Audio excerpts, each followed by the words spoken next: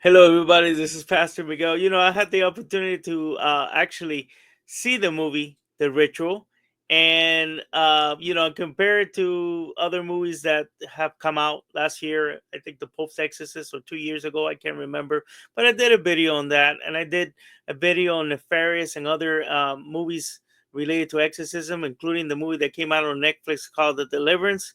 But those movies were very dramatic, and the actually manifestation of the demons were not realistic at all. But this particular movie called The Ritual that recently came out, I don't think I saw anything there that was not really dramatic or in any way exaggerated. Everything that happened in the movie, including the feats of strength and the levitation, even the crawling up the wall, was very realistic. Now, in contrast with the Pope's Exorcist, where the guy screamed and the possessed child screamed and the guy flew and hit the wall. That's totally Hollywood, and it's dramatic. Now, a demonized person could get to the point that could push you, and something like that could happen, but not just by screaming or yelling or anything like that.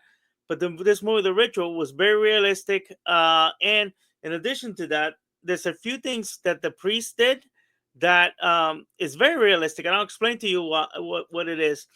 When you are doing an exorcism, when you're doing an exorcism, for those of you that may not know, I'm also an exorcist.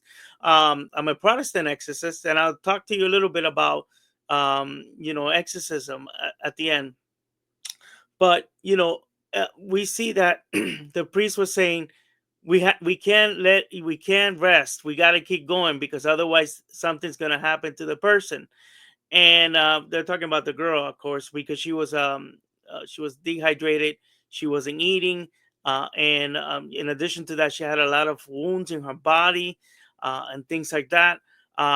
So he was saying we have to continue because sometimes when you're doing deliverance or an exorcism, you have to continuously be attacking, on the attack, on the attack, on the attack, to weaken the enemy so you could cast them out. So we see that the priest was telling the other priest, we got to continue. We can't stop, right? And other times you saw how he said we have to stop because this is too much for her, and this is something that it's realistic, and it's what exorcists do as they're attacking the enemy.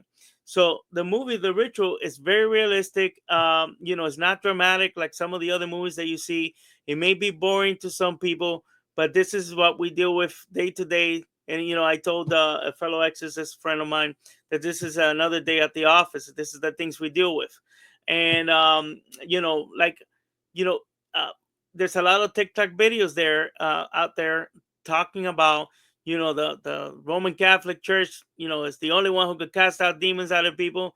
And that's true. That's truly not true. That's been the debate since the Reformation, right, where the Catholics and the Protestants were fighting to see who was able to cast out demons. So obviously the Catholic Church does it under the Roman Catholic Church. They have the backing of the Roman Catholic Church, and we do it as Protestants under the Lord Jesus Christ. We believe that the Lord Jesus Christ is the one that cast out demons according to the authority given to us in Luke 10:19 and Mark 16:17. We have the authority to cast out demons, and we do it every day. And the belief that only the Catholic Church could cast out demons is false. That they only have the authority to do so is false as well. So, yes, most of these movies are Catholic, Catholic priests, because it all goes back to the reference of 1973, the movie The Exorcist, that was very popular. And so Catholics are known to do exorcism, and most Protestants don't want to do exorcism because it's time consuming.